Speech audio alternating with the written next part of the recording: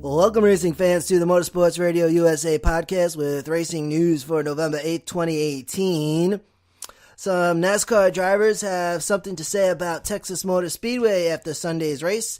Race winner Kevin Harvick. Although some news came out on Kevin Harvick, the 4 team got popped with a post-race penalty and no longer advances to the round of Championship 4 on wins. They're now relying on points. We're going to do a detailed report on that later today or tomorrow. But some NASCAR drivers have something to say. They're complaining about the passing at Texas on Sunday, discussing or talking about the challenges of passing at the Lone Star State facility. 1.5 mile repaved track and reconfigured turns 1 and 2. Martin Truex Jr. says that passing is, quote, unbelievably impossible. Truex had to start in the rear on Sunday. Chase Elliott says, and this is my favorite, quote, I don't know what genius decided to pave this place or take the bankings out of 1 and 2. Not a good move for the entertainment factor, in my opinion. NASCAR Chief Racing Development Officer Mr. Steve O'Donnell said, I don't want to take away from anything Kevin Harvick did. Having said that, I think we would all agree on the race entertainment quality between Friday, Saturday, and Sunday. There's a difference. The truck race and the Xfinity race had a lot of questions, which they normally do, truck series and Xfinity series. But he continues saying, I think we also know that we've got a new rules package in place next year that, again, some of you have not been too positive about, but there's a reason we've got to that. And I think this would be one of the reasons. O'Donnell pointed out that the new rules package, the one everyone's talking about for 2019, should work well at Texas. 2019 550 horsepower rules package. Denny Hamlin took to Twitter and tweeted, it's naive to think the 19 package will fix the one-lane racing we saw today. It's a tire track problem. Tires just flat out do not lay rubber anymore. I'm hoping that when a completely new car is designed, we design it around a tire-wheel combination that is correct. You can't even hardly find a car on the road today that has 15-inch wheels on it. We need something with a durable and tough sidewall to allow GY, meaning Goodyear, to put a compound tread that lays rubber. That is what forces us to move off the bottom. Until then, we will continue to chase a, quote, package.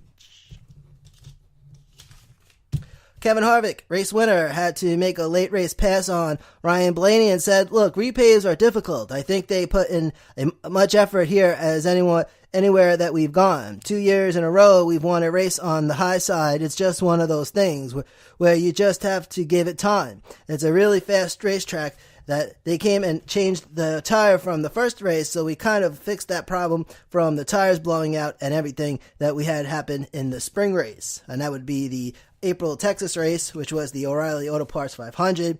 Kyle Busch was the winner of that race. Kevin Harvick finished second. So the drivers and the fans has complaining a little bit. Well, Texas Motor Speedway President Eddie Gossage tweeted, the asphalt has to age. Give it some time. Whether we like it or not, we have to repave every so often. Give it time. Every asphalt is different. Said it over and over. I guess you don't remember how the track would not dry because it trapped the water and all the jet trucks and air titans in the world would not dry it. We had no choice. Okay, so turns 1 and 2 originally 24 degrees, now 20 degrees, prior to 2017 races. And the drying issue was problematic back in 2016 in particular, the 2016 IndyCar race, which I believe was the Firestone Grand Prix, which was red flagged and then continued 76 days later. And I remember watching that race too. Which IndyCar, they just had to reschedule, 70. That's like almost 3 months, right? Almost. No, I don't know what 70. So that was the Firestone Grand Prix in 2016. And then of course, I guess that was the final straw, and they decided to repave. I don't know, but I know that was a story from 2 years ago. So it's Dustin Long, NBC Sports. Now, Chase Elliott finished 6th on Sunday. Denny Hamlin came in 30th. Ryan Blaney 2nd, and Truex Jr. came in 9th. So that's that. Now, I must say I've never been to Texas Motor Speedway. I've never been to Texas, but it is on my to-do list. So I want to go check out Torchy's because that place looks like it's could be fun. And that new 7-Eleven they got there, NBCSN was reporting on Sunday. All right, thank you for tuning in. This is Manny Allegretto from Motorsports Radio USA, motorsportsradio.net.